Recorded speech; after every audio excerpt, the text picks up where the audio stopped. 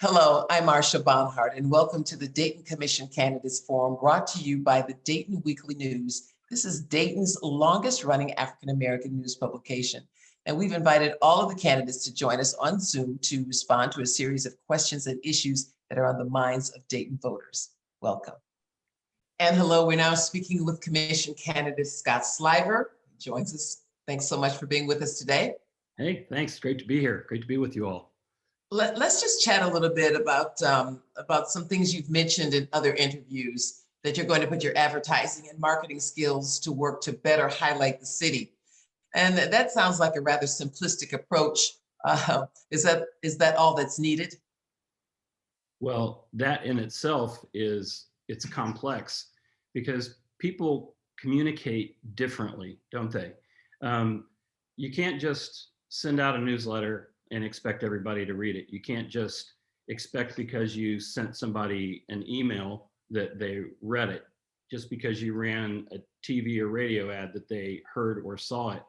So communication it's a two-way street. And in terms of advertising, marketing, communication, there's a couple of different pieces. One is just helping the city promote itself, which I think the city just does a poor job of promoting itself, of everything that is good about our city. And then what happens is it tends to be what's happening downtown. In terms of communicating with citizens, it's really important that citizens, I think it's important for them to understand how the budget works. There was a major budget cut last year because of the pandemic. And so people need to understand, and the city needs to make every effort possible to help people understand why this cut occurred and how the recovery is going to take place. My design background and whatnot, I just think I can lend a hand in terms of the city promoting itself better and making it more exciting. People who know Dayton, and when I say Dayton, I mean Dayton. I'm not talking, the outlying communities, but for people to come into Dayton to have dinner, for instance. I think a lot of people, if you go 20 miles outside of Dayton, they think coming into Dayton means they go to Spaghetti Warehouse. I love Spaghetti Warehouse. I've eaten at Spaghetti Warehouse for 30 years, but there are so many great local restaurants that people are missing out on. And then you take the perception that Dayton is somehow scary or dangerous. I mean, I know people that just go, oh, I'm not going down. I invited a couple to go to Dublin Pub with my wife and me. Went, I'm not going to go downtown, because they're just nervous for whatever reason. They have this perception that somehow something is going to happen. So I think all that rolls into how I would, use my background, my skills, my experience to help shore up all of that. Well, I understand it. And you have budget issues, you have racial disparity, you have policing issues. Are you sure that marketing and advertising are going to heal those issues? Well, no, no. But that wasn't really the question. The question was, how am I going to use those skills? That's in terms of the city. To use those skills to better highlight the city. Exactly. So that's what you're. Yes. Okay. And to better communicate whatever the issues are that citizens are feeling. There's some deep pain in our city that's longstanding, and I think we're moving in the right direction to actually address those things with the police reform working groups and whatnot. And I'm sure we'll get there, but no, the advertising background does little to address that part about disparities and whatnot. But certainly people, communicate differently and need to be communicated with in different ways. Right. Thank you. Yeah. And I've also read about your common sense approach. What is that? I mean, we all know what common sense is, but what is your approach in reference to that? Well, people like to take the $147 million, of federal money that's going to come in. Other candidates are already promising that money without even knowing what the requirements are going to be. So But if I say, well, I'm going to take a common sense approach to this and we're going to step back, we need to wait until we know what the guidelines are. I'm telling you, people in the neighborhoods, they want to know that they're going to get a piece of that pie. And I think they should. I think every citizen should benefit from that money.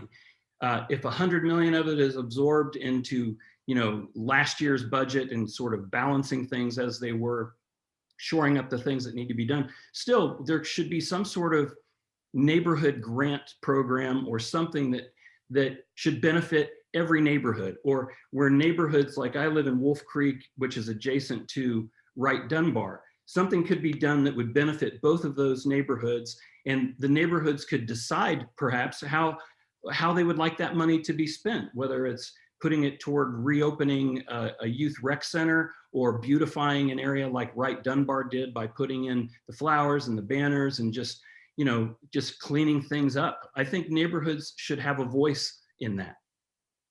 And of course, as you said, you have to follow the federal rules and regulations, but that is where you would like to see some of the money spent. Absolutely. Are there any other areas? What else would you like to see be done with that money, with those dollars? Well, I'd love to see some of it go toward economic development. I'm fortunate in my neighborhood there. It was just announced last week that there is $21 million that has been slated for, let's see, it's County Corp, and I think it's Montgomery County Development, and Ober, the developer. They've cleared 1,200 properties, and now they're going to start building, infilling homes in neighborhoods, which it's the neighborhood that I live in. The perception that's out there, and it's not a wrong perception at all, is that, downtown is like the black hole that gets everything. All the money goes there. People see businesses opening, they see Brown Street flourishing. But Brown Street has two huge anchors that are there. And the one anchor that was in West Dayton, Good Sam Hospital, is gone. And you can see the small businesses that were around that are, folding, and people are discouraged. I think people need to see development happening around them. It may not be in their specific neighborhoods. Dayton has 66 neighborhoods, but they need to be able to see it happening. In West Dayton, the new library is going up on the 35 bypass at Abbey, and it was the theory was to join two neighborhoods, but the problem is you have a bypass, and now the people in Westwood have to cross 3rd Street to get to that. And I'm sure the thinking is, we'll put this anchor there, it'll be a library, who knows, maybe a gas station, a UDF or something would go in there, and maybe it would spur more business and people with it, and the Wright Brothers factory is right there, and the national parks are involved. And I know they're taking the city and the county are taking a placemaking approach to that, which is great. But in that, the city takes a lot of hits for abatements, and they haven't had to give tax abatements to developers in recent history because things are selling so fast. I mean, whoever would have thought you'd pay over $400,000 for a condo in downtown Dayton? But that is happening, right? And so now, the concern with the abatements was that it was hurting the public schools. But now when a developer agrees to build something downtown, they actually have to either in kind or in cash make up for what would be lost and give that money or those services in kind to Dayton Public Schools so that the schools aren't hurt. So yeah, I think economic development needs to happen. People need to see it happening. Our citizens just need things to celebrate, because it's just been so hard the last few years. I know you mentioned that those dollars will be restricted for sure. Do you know anything about those restrictions? You're talking about economic development, you're talking about improving neighborhoods. Hopefully that will fall in line with the rules and regulations. Well, certainly some of it will go toward fixing the city's budget. I think they had to, I think I was reading about, the issue 9 tax increase back in 2016 was for paving the roads, for additional police, and for high quality preschool.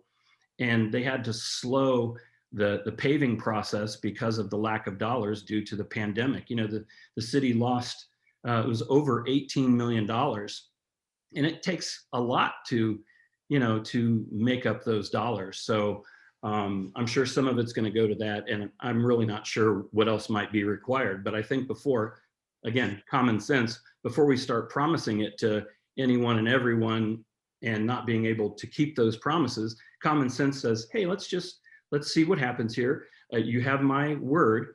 When I'm elected, and those dollars are being allocated, some of those dollars will be allocated across the board to neighborhoods. That to me is common sense. But just going, well, I'm going to take this money and we're going to do this with it without knowing that, just, that's a nice political, you know, campaign trail promise, but let's just wait and see and then decide. That's common sense. Yeah, understood. I just wanted to get your thoughts on where you would like to see that money go. That's no, all. I appreciate it, Marsha. You go for it, man. You this is not your first rodeo, I can tell.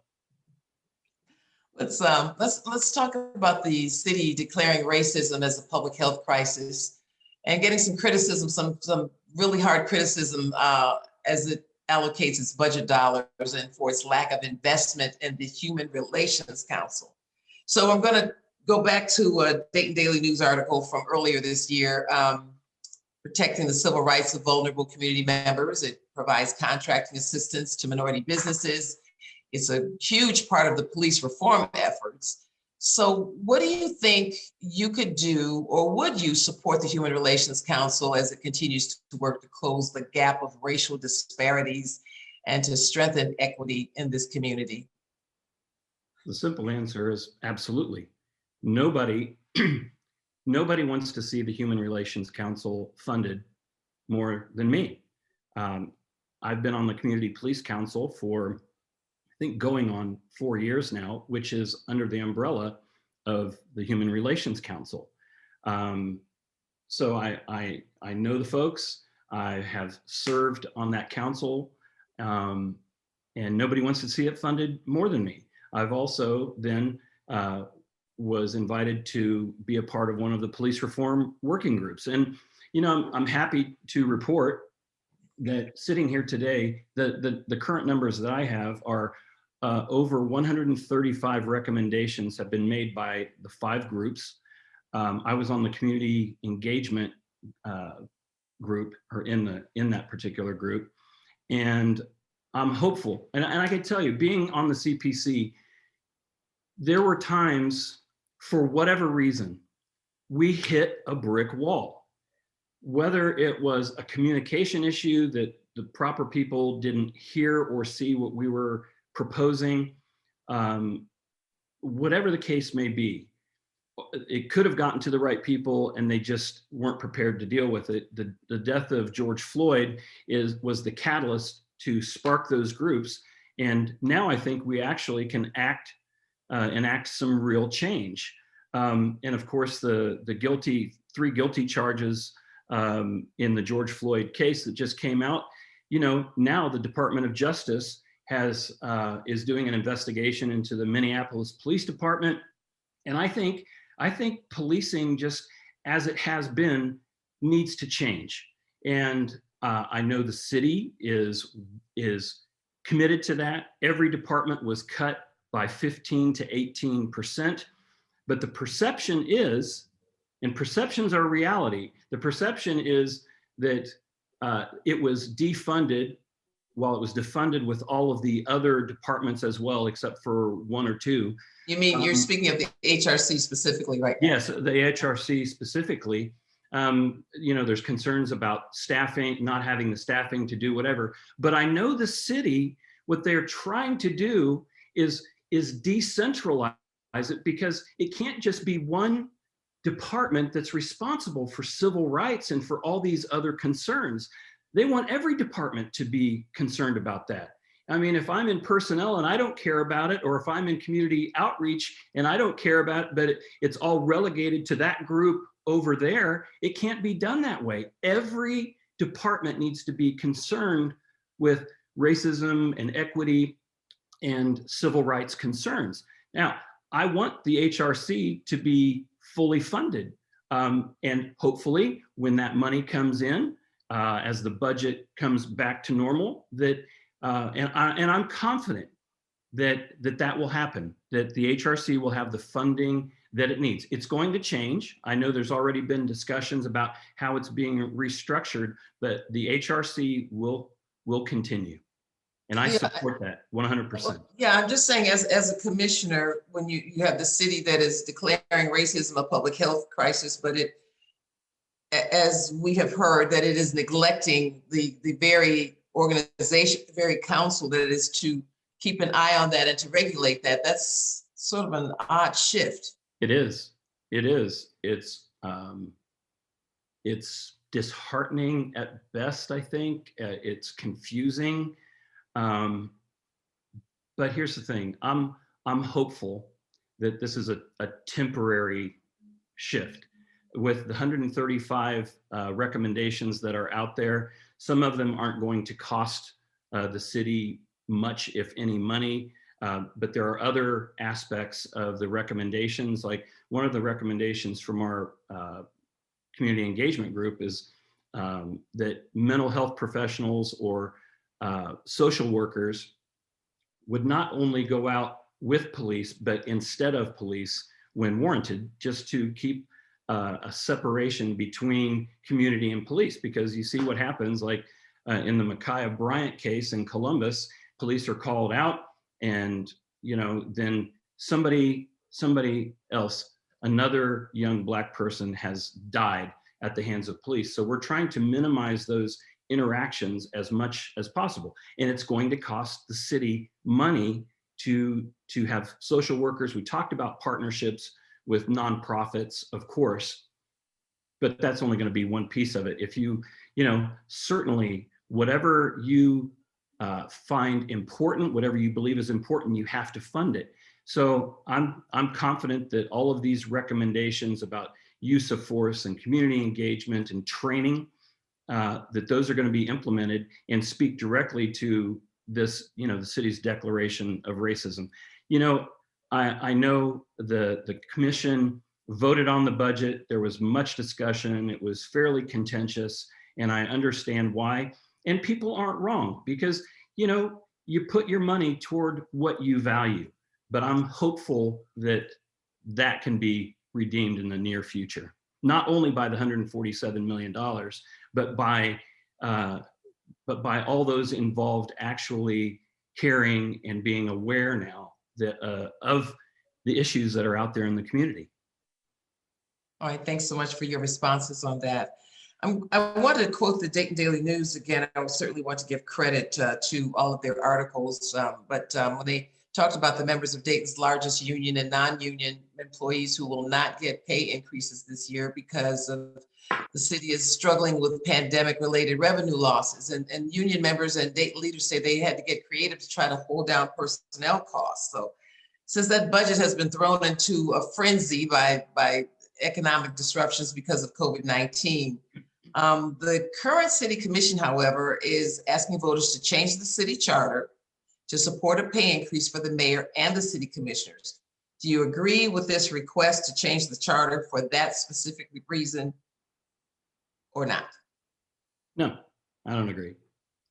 First, the premise of how they determine the salaries for commissioners is interesting, that it's based on like 50% of what the county commissioners make. There are 550,000 people in Montgomery County and 142,000 people in the city of Dayton. So, by the math, wouldn't it be that the commissioners make a third and not half?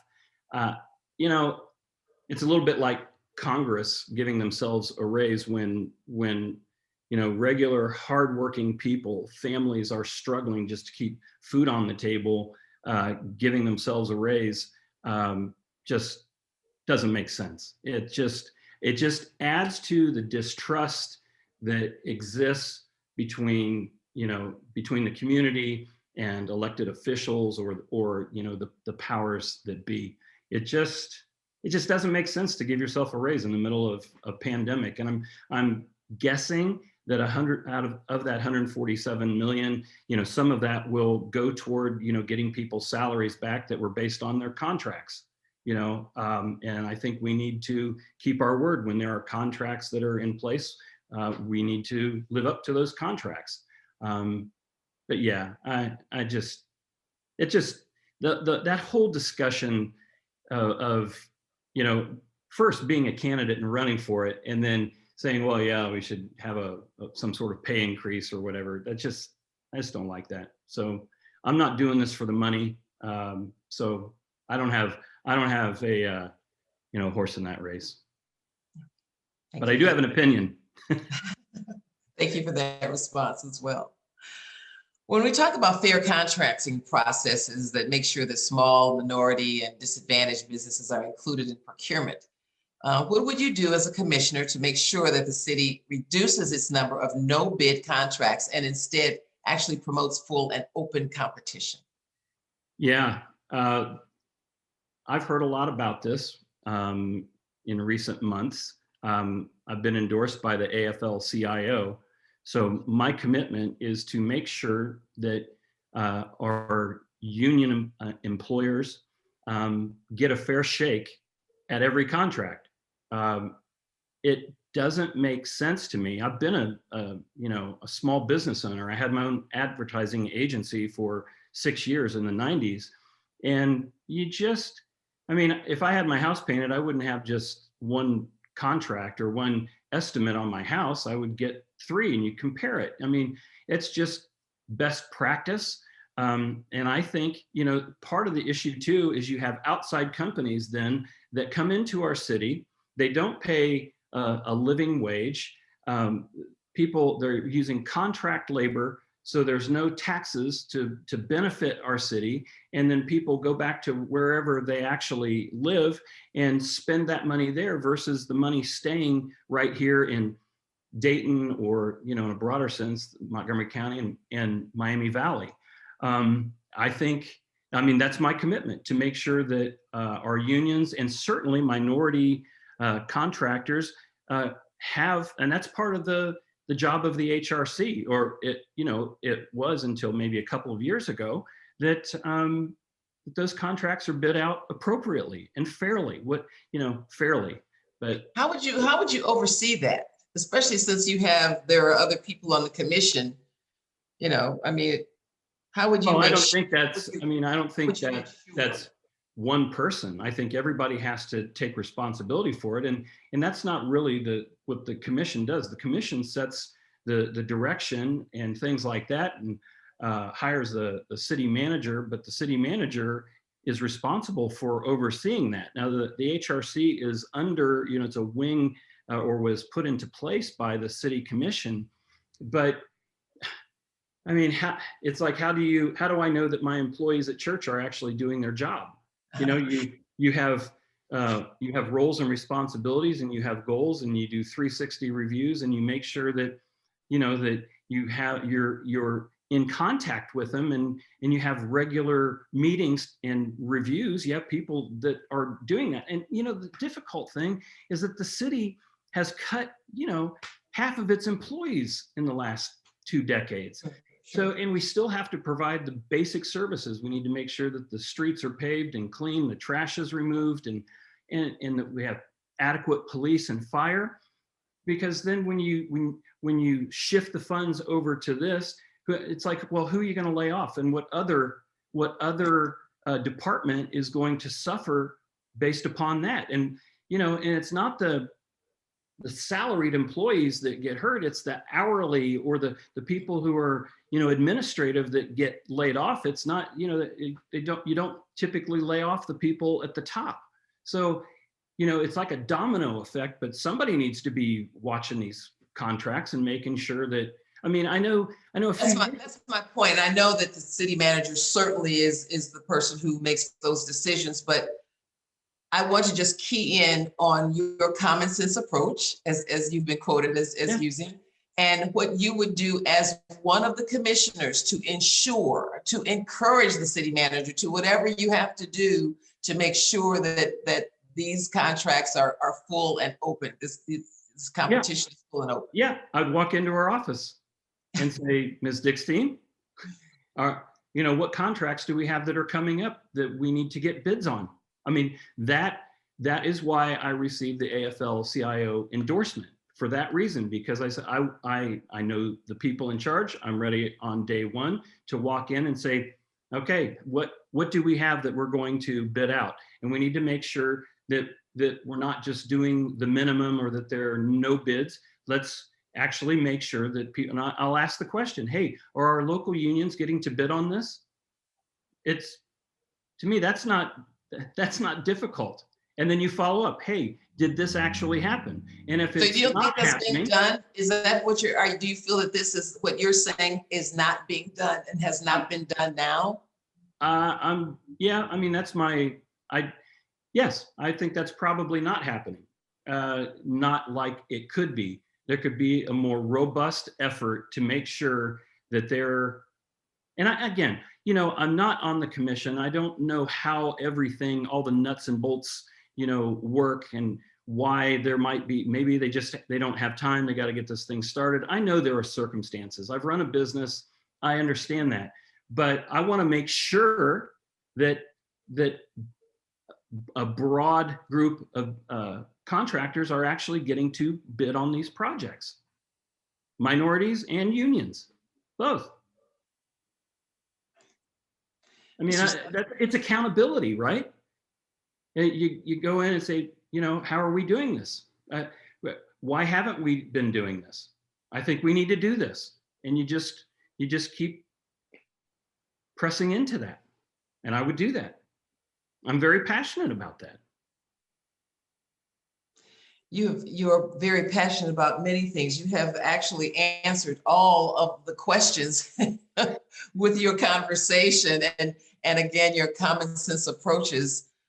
So I just want to wrap this up and tell you thank you for this conversation. You've hit many points and you are appreciated. Thank you so much for your time today.